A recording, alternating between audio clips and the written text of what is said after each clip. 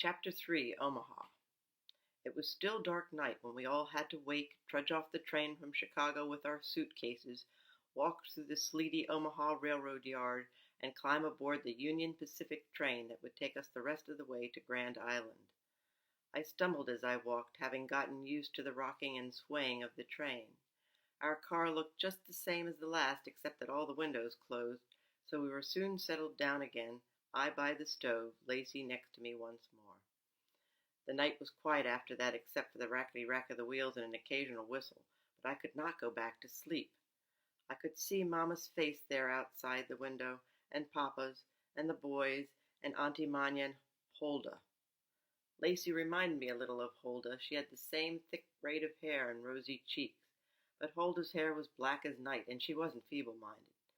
Huldah and I sat next to each other in school and took turns with a roller skate we found in the street until it broke in two.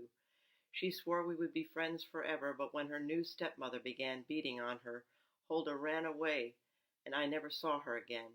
I had to leave school when I turned 9 to help Mama with the little boys in the house and the sewing, and I never had another friend.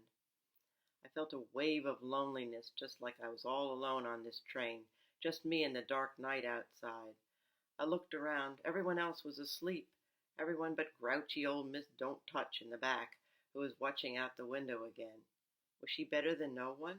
I sighed. I suppose she was. I walked back to her seat. Doctor, I said, catching myself just in time.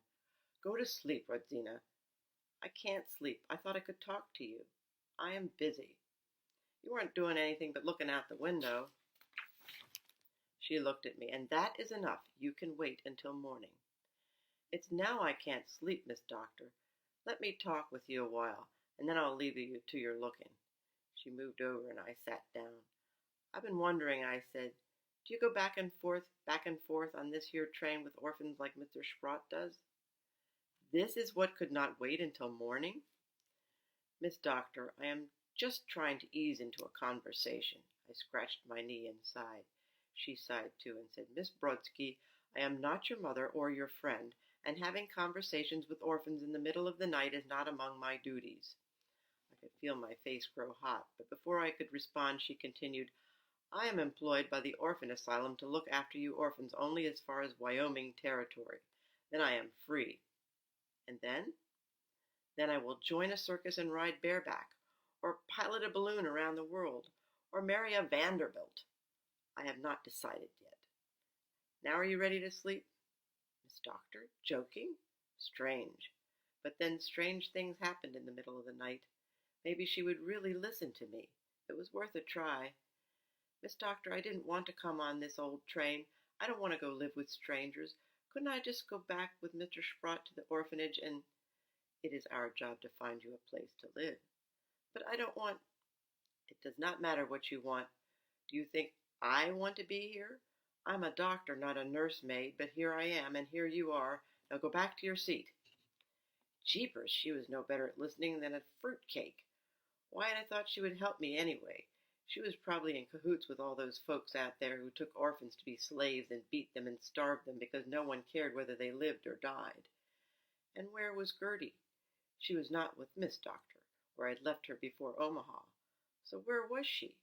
The stiff and starchy doctor lady had probably stuffed poor Gertie into a suitcase and left her by the tracks. I slumped into my seat. Lacey was awake, looking at me with her big eyes glowing in the light from the gas lamps. Where were you? I was plumb scared, and I don't like to be scared. Snuffling, she leaned up against my side. Radishes! I pulled away. Why are you bothering me? I don't want to be your friend or anything, but still you're always hanging on me.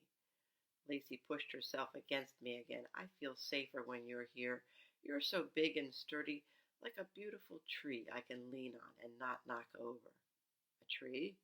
What an odd thing to say. I figured she couldn't help it being feeble-minded, and I let her lean for a minute. A beautiful tree. Was that a good thing or a bad thing, I wondered. I pressed my face against the glass. Clouds hurried across the sky, and suddenly there was the moon, flooding the passing prairie with silver light, like a landscape in a fairy tale. My mama told me Moses found a man once gathering sticks on the Sabbath and banished him to the moon, and it is his shadow we see up there and call the man in the moon. I sighed. I miss you, Mama. I wish you didn't leave me. I knew Mama couldn't hear me. If there was such a place as heaven, Mama was there already, telling God what to do and scolding the Virgin Mary for being too thin. She should eat something. And I was alone. I miss you, Mama. I watched out the window for a long while. It was growing light, but I could see no buildings, no trees, no bushes. It appeared Nebraska was all dead grass and endless sky, as far ahead as I could see, as far ahead as I could imagine. At midday we passed a wagon train of emigrants going west. Plodding mules pulled great canvas-covered wagons packed with bedding and household stuff. The children waved to us with their ragged straw hats, while women in calico gowns and sunbonnets just stood, watching us speed past. The afternoon erupted into noisy restlessness. "Come over here, you sprouts," I said finally to Lacey and Joe and Sammy and Horton, Chester Spud and Mickey Dooley, and Gertie. No Gertie. Where was Gertie? I'd go look for her in a minute. "I will teach you to play Intery Mintery Cuttery Corn." "Can Nellie and Kitty play too?" Lacey asked. "Who?" "Nellie and Kitty. They was at the infant hospital too. Nellie got brung 'cause her ma's new husband didn't want her around, and Kitty's mama drink." I nodded. While Lacey went back to fetch Nellie and Kitty from Miss Doctor, I thought about how awful it would be to be on this train and not be an orphan, to be part of a family that didn't want you. No matter how poor we were or what trouble there was, I never felt that my Mama and Papa didn't want me. Why, they carried me all the way from Poland to Chicago with them so we could be together.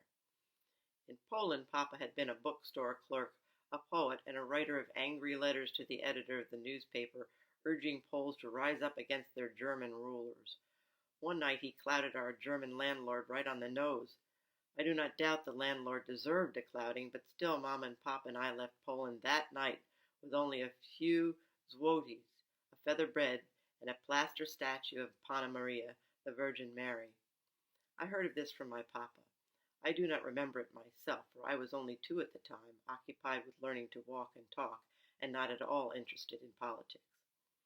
While they lived, I was never unwanted. I never cried myself to sleep. I never went to bed hungry, although sometimes my stomach was full of nothing but potatoes. We may have slept 3 to a bed, 5 when the boys were alive, but there was always a bed and arms to hug me, and someone to spit on a thumb and wipe the dirt from my chin. If only they had not died. If only I could, if only. Someone pulled my sleeve. "Come on, Ro, you said you'd teach us the corn game." So I did, and that was the end of remembering for a while.